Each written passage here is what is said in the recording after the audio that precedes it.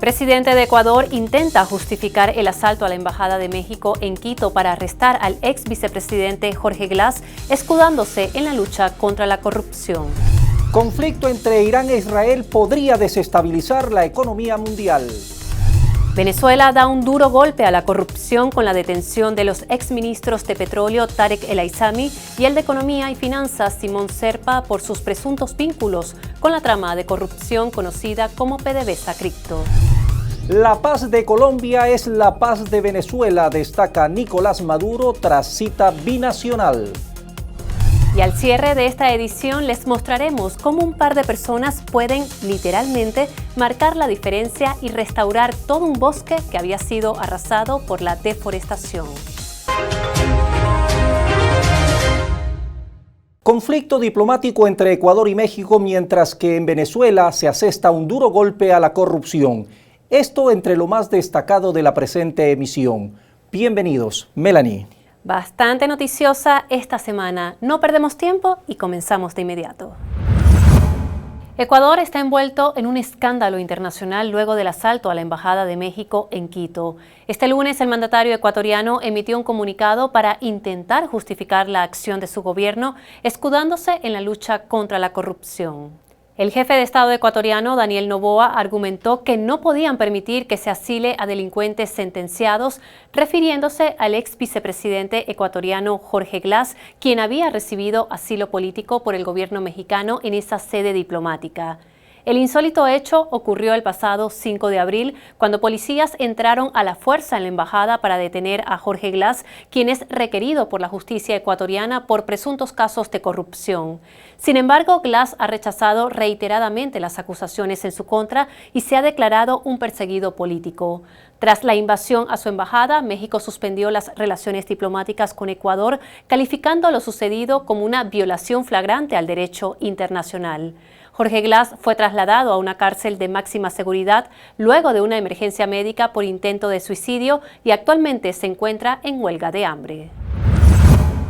Eliminar a Hamás es considerado un objetivo inalcanzable para Israel, según observadores internacionales que argumentan que Hamás es una ideología, por lo cual su destrucción resulta imposible. Además, la presión de la oposición deja a Netanyahu atrapado en la guerra y sin garantías de éxito real.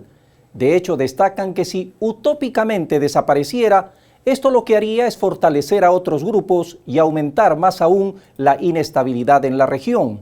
A pesar de los esfuerzos de Israel, Hamás continúa manteniendo su influencia en Gaza, por lo que los analistas destacan que un alto al fuego duradero solo será posible si se abandona la exigencia de destruir a Hamás.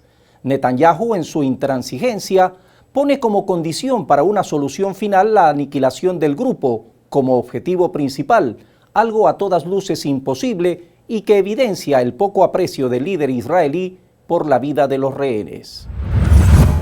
Y a pesar de los llamamientos a frenar los ataques contra la central nuclear de Zaporille, la mayor de Europa, Ucrania insiste en atacarla. El director general del Organismo Internacional de Energía Atómica, Rafael Grossi, denunció que la planta estuvo cerca de sufrir un accidente nuclear el pasado fin de semana.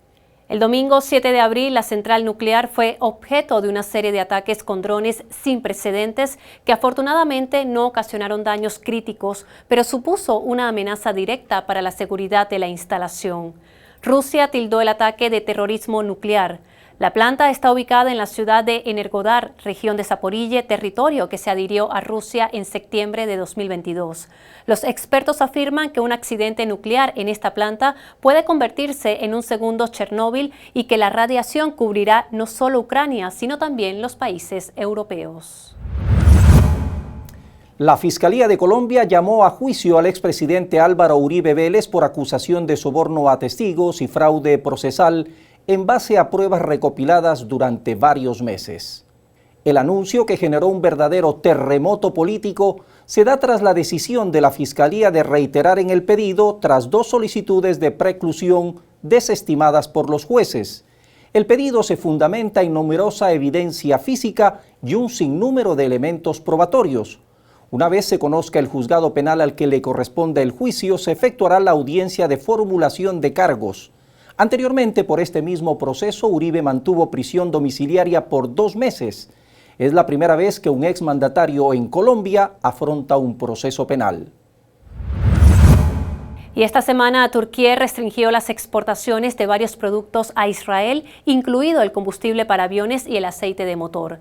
El Ministerio de Comercio turco aclaró que se prohíbe la venta de productos o servicios que puedan ser utilizados con fines militares. La medida entró en vigencia este martes 9 de abril y se mantendrá hasta tanto el país hebreo no declare un alto el fuego en Gaza y permita el ingreso suficiente e ininterrumpido de ayuda humanitaria a la Franja de Gaza.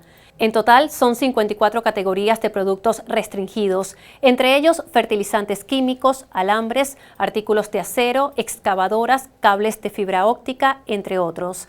En respuesta a esta decisión, el ministro israelí de Asuntos Exteriores, Israel Katz, declaró que su nación pedirá a Estados Unidos que deje de invertir en la economía turca e impondrá sanciones. Comunidades del Salar de Uyuni en Bolivia, donde próximamente se explotará litio, se muestran preocupados por la afectación al medio ambiente, así como sobre la injerencia de Estados Unidos por medio del Comando Sur. Sobre el denominado oro blanco, han solicitado al gobierno información precisa sobre el impacto ambiental que tendrá esta actividad y solicitan la aprobación de la ley que regulará su explotación. También rechazan la creciente influencia en la región de la jefa del Comando Sur, Laura Richardson, quien anteriormente dejó en claro el interés que tiene Estados Unidos sobre el litio sudamericano. Dirigentes indígenas y campesinos se han mostrado preocupados por la reciente visita de la militar por Argentina, donde inauguró una base de su país, además de Perú y Ecuador, a la vez que alertaron sobre el deseo del Comando Sur de controlar los recursos naturales de lo que ellos consideran peyorativamente su patio trasero. China expresó a Estados Unidos su preocupación por las continuas sanciones, el incremento de aranceles, así como las restricciones a las inversiones en su país durante la visita de la secretaria del Tesoro de Estados Unidos, Janet Yellen. Esas acciones dañan, destaca el gobierno chino, los legítimos derechos e intereses de sus empresas y no contribuyen al comercio binacional. Dejaron en claro que el criterio de seguridad nacional no debe utilizarse como excusa para socavar los intercambios comerciales y de inversión normales entre los dos países, así como la estabilidad de la producción industrial. Tampoco las cadenas de suministro. Manifiestan que pregonar el libre comercio pero poner trabas ante el éxito de sus competidores no contribuye de ninguna manera al comercio mundial y termina generando un incremento a los precios de los consumidores. Científicos rusos revelaron que están a punto de registrar el primer fármaco del mundo contra una enfermedad crónica que hasta ahora se creía incurable. Se trata de la espondilitis anquilosante, un tipo de artritis que provoca inflamación en ciertas áreas de la columna vertebral. El anuncio lo hizo el pasado 3 de abril el primer ministro de Rusia, Mikhail Mishustin. El alto funcionario ruso manifestó que el medicamento va a poder ayudar a decenas de miles de personas a pesar de los intentos de científicos de todo el mundo que han estado luchando para detener su desarrollo, según relató. Nuevos estudios destacan que los casos de cáncer aumentarán a medida que el mundo envejezca y en algunos países la magnitud de los mismos se podría calificar como un verdadero maremoto. Según un informe de la Sociedad Estadounidense contra el Cáncer, se espera un aumento del 77% en los casos de cáncer para el 2050. Se proyecta que los casos a nivel mundial llegarían a 35 millones para esa fecha, principalmente debido al envejecimiento de la población, que se espera alcance los 9.700 millones de personas. Factores como el tabaquismo, la obesidad y una vida sedentaria, es decir, la falta de ejercicio, podrían aumentar aún más la incidencia de la enfermedad, en especial en los países de bajos ingresos. Las estimaciones sugieren que aproximadamente 1 de cada 5 personas vivas en la actualidad desarrollará un cáncer a lo largo de su vida y que aproximadamente 1 de cada 9 hombres y 1 de cada 12 mujeres morirán debido a la enfermedad. Ahora les contamos que el guacamayo de Xpin, el ave azul que se hizo famoso y reconocido mundialmente por la película de animación Río, fue salvado de la extinción en su hábitat natural. Según estudios, la última hembra conocida en estado salvaje probablemente murió alrededor del año 2000. A pesar de esta realidad, se hicieron importantes esfuerzos para mantener viva la esperanza para esta icónica especie que habitaba en los bosques de Brasil. Se estima que hay unos 80 ejemplares criados en cautiverio en un intento por lograr su conservación y reproducción. En junio de 2022, 8 guacamayas azules fueron liberadas en el medio silvestre como parte del programa de recuperación del gobierno brasileño que adelanta desde el año 2012. La pérdida de su hábitat natural, sumado a la caza furtiva, redujo drásticamente su población, siendo estas las principales causas que han llevado a muchas especies al borde de la extinción. Las autoridades de Estados Unidos investigan nuevamente a Boeing tras la denuncia de uno de sus ingenieros que hizo pública su preocupación por 2 modelos de aviones de fuselaje ancho, alegando que la empresa tomó atajos en su diseño y fabricación y que los riesgos podrían volverse catastróficos a medida de que los aviones envejezcan. La queja formal ante la Administración Federal de Aviación presentada en enero no es sobre el nuevo avión 737 MAX que ya ha sido sancionado 2 veces por el organismo. El denunciante, que aduce haber sido víctima de represalias por parte de la compañía, se ratificó en 2 problemas de calidad que pueden reducir, dijo, drásticamente la vida útil de los aviones. En respuesta, la Administración Federal de Aviación dijo que analiza todas las denuncias que se presentan y que hará público los detalles una vez concluya la misma. Boeing atraviesa una seria crisis que incluye 5 incidentes de sus modelos en apenas 7 días en semanas pasadas.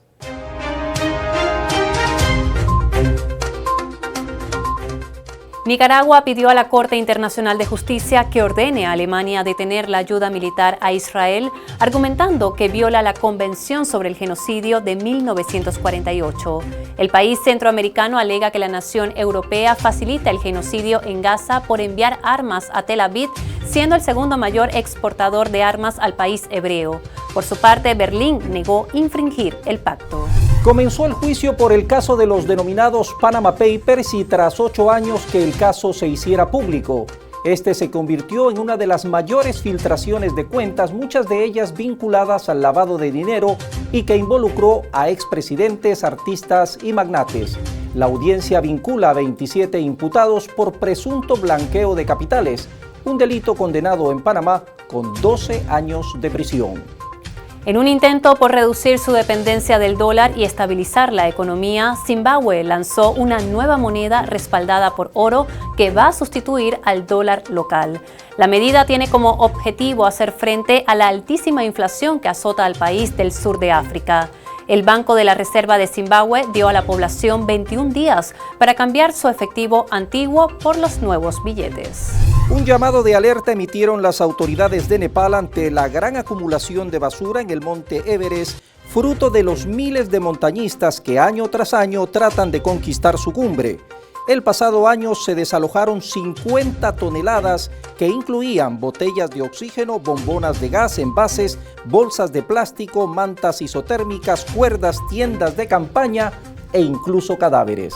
El presidente de China, Xi Jinping, recibió esta semana al canciller de Rusia, Sergei Lavrov, quien realizó una visita oficial de 2 días al gigante asiático.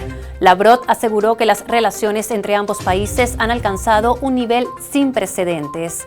A pesar de las presiones externas, Beijing y Moscú manifestaron que continuarán fortaleciendo la cooperación estratégica en el escenario mundial y se brindarán un fuerte apoyo mutuo. 46.000 puentes de los Estados Unidos tienen estructuras envejecidas y se encuentran en pésimo estado. De ellos, 17.000 corren el riesgo de derrumbarse. Así lo afirman ingenieros y expertos en infraestructura. Fenómenos meteorológicos extremos, camiones cada vez más pesados y posibles colisiones de grandes buques suponen riesgos importantes para los puentes estadounidenses. Irán inauguró un nuevo consulado en Damasco una semana después de que un ataque aéreo atribuido a Israel destruyera el anterior. El nuevo edificio está ubicado a pocos metros del antiguo consulado. Este miércoles, el líder de la Revolución Islámica de Irán, el ayatolá Seyed Ali Khamenei, reiteró que Israel cometió un gran error al atacar el consulado iraní y ha prometido que será castigado. Los líderes haitianos acordaron formar un Consejo Presidencial de Transición por 22 meses a fin de restaurar el orden en un país afectado por la violencia pandillera. El Consejo de 9 miembros incluirá representantes de partidos, sector privado y sociedad civil con un mandato hasta el 7 de febrero de 2026. Reemplazará a Ariel Henry y trabajará en la selección de un nuevo primer ministro y gobierno para conducir el país hacia elecciones futuras. Más de 100.000 personas han sido evacuadas en el oeste de Kazajistán y en la región rusa de Oremburgo debido a las devastadoras inundaciones. El rápido deshielo y las fuertes lluvias, sumado al desbordamiento del río Ural, el tercero más largo de Europa, hizo que localidades enteras quedaran bajo el agua, por lo que ambos países declararon estado de emergencia. Según el presidente kazajo, estas son las peores inundaciones de los últimos 80 años en el país. El Tribunal Europeo de Derechos Humanos respalda a mujeres suizas en su reclamo por el cambio climático, dictaminando que este viola el derecho a la vida privada y familiar. La decisión es histórica y sienta un precedente importante para futuros casos ambientales. La Asociación de Mujeres Mayores Suizas argumentó que el gobierno no está tomando medidas adecuadas contra el calentamiento global.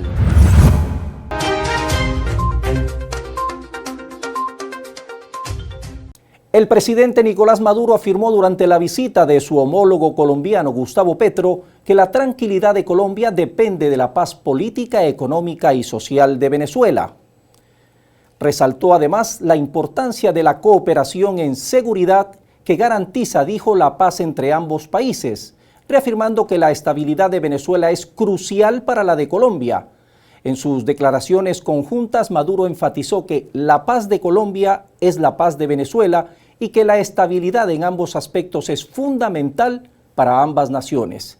Resaltó además la estrecha relación entre los dos países y la importancia de la integración para lograr objetivos comunes. El fiscal general de la República, Tarek William Saab, informó esta semana la detención de los exministros de Petróleo, Tarek El Aissami, y el de Economía y Finanzas, Simón Serpa, por sus presuntos vínculos con la trama de corrupción conocida como PDVSA Cripto. A El Aissami también lo vinculan con una red de prostitución de jóvenes. Este sujeto ya está en manos de la justicia para ser procesado e imputado, repito, por gravísimos delitos por el Ministerio Público.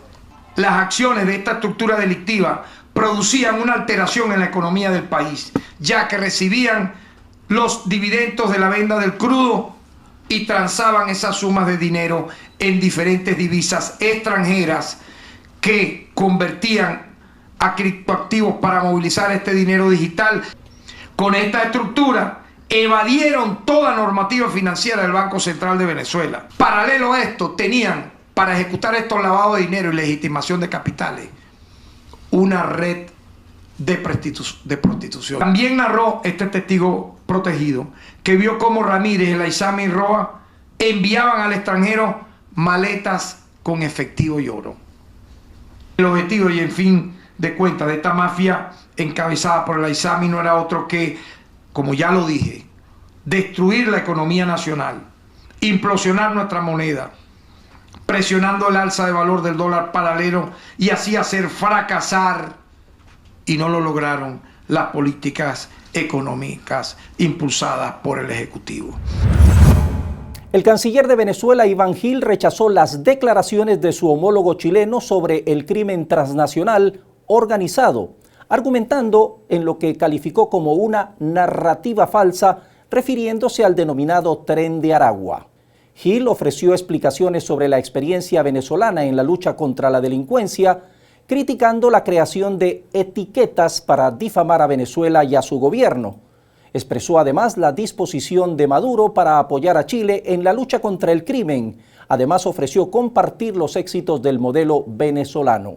Instó al canciller chileno a desechar narrativas impuestas por los medios y a abordar el combate al crimen de manera profesional. La respuesta de Gil busca desafiar la percepción negativa y promover la colaboración en la lucha contra la delincuencia. Vamos a revisar ahora cómo avanza el cronograma electoral en Venezuela para los comicios del 28 de julio. Este lunes, los representantes de los partidos políticos escogieron su posición en el tarjetón electoral.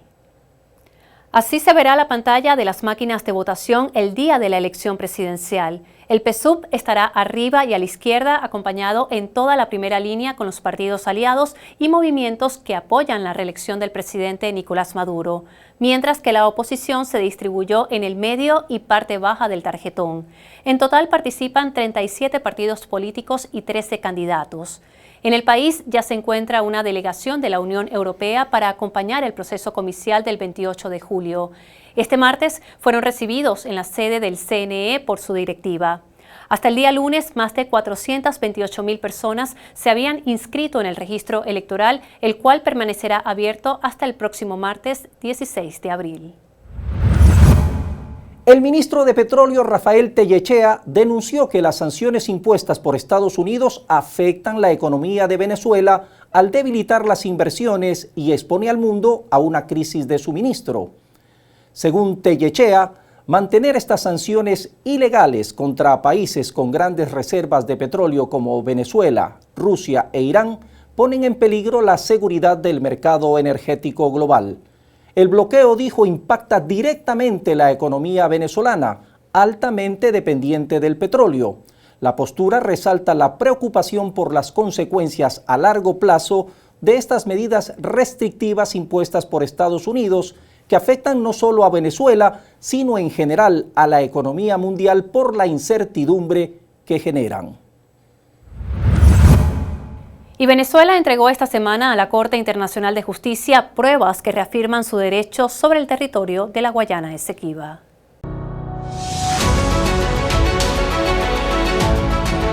Hemos entregado un documento con la verdad histórica de Venezuela, una postura oficial donde cientos de evidencias, de pruebas, demuestran que se cometió un crimen en 1899 con un laudo fraudulento. Hemos demostrado el fraude histórico y hemos también demostrado cómo se pretende nuevamente cometer otro crimen a través, instrumentalizando a la Corte Internacional de Justicia. Hemos ratificado además que el único camino posible, no hay otro camino posible, que el Acuerdo de Ginebra. Es la defensa del Acuerdo de Ginebra lo que va a permitir la legalidad. Así que, bueno, con la entrega que hemos hecho de cientos de evidencias, cientos de pruebas, desmontando mentira por mentira por mentira de Guyana, nosotros hemos hoy fijado la posición oficial.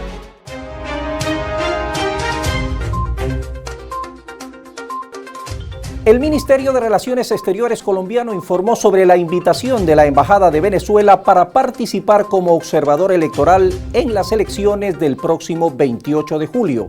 La veeduría incluye además a la Unión Europea, el Centro Carter y las Naciones Unidas. Se está construyendo en Venezuela la Universidad de las Ciencias para formar una nueva generación de jóvenes científicos. Este centro de estudio estará ubicado en el estado Miranda. Allí se impartirán materias de máximo nivel y especialización.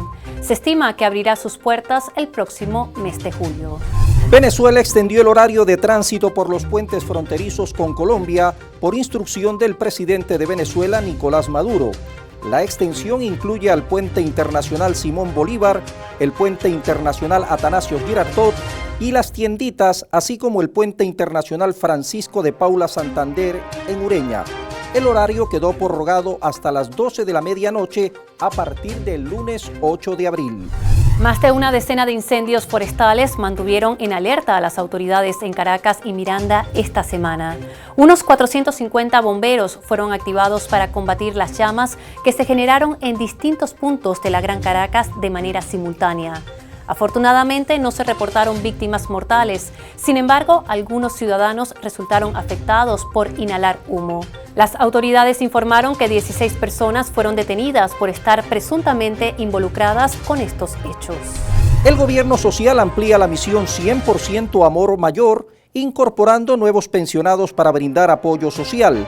En abril, los beneficiarios recibieron 130 bolívares dirigidos a abuelos sin pagos del Instituto Venezolano de Seguridad Social. Estos pagos forman parte del continuo apoyo que brinda el gobierno a los más necesitados y que se busca incrementar a medida que la economía del país se estabilice.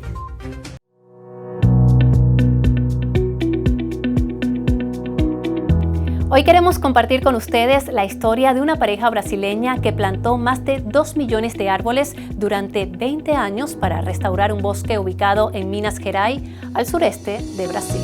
El reconocido fotógrafo Sebastián Salgado, junto a su esposa Lelia y un grupo de voluntarios, plantaron 2.7 millones de árboles de 290 especies diferentes en cientos de hectáreas que habían quedado desérticas. Una vez que florecieron los primeros árboles, la fauna comenzó a regresar. Incluso volvió a correr un río que estuvo seco por años. Su labor ha inspirado a muchas personas al mostrar que no debemos subestimar el impacto positivo que podemos tener en el mundo y además los cambios que podemos generar en el ambiente al punto de devolver a nuestro planeta un paraíso tropical. Ellos son ejemplo de lo que las personas podemos llegar a hacer con determinación y esfuerzo. Revivir un ecosistema parece tan complejo, pero demostraron que es posible. De nosotros depende. Cada paso personal refuerza lo colectivo. Como siempre, por su atención, muchas gracias. Recuerden que el camino de las 1000 millas empieza siempre con el primer paso.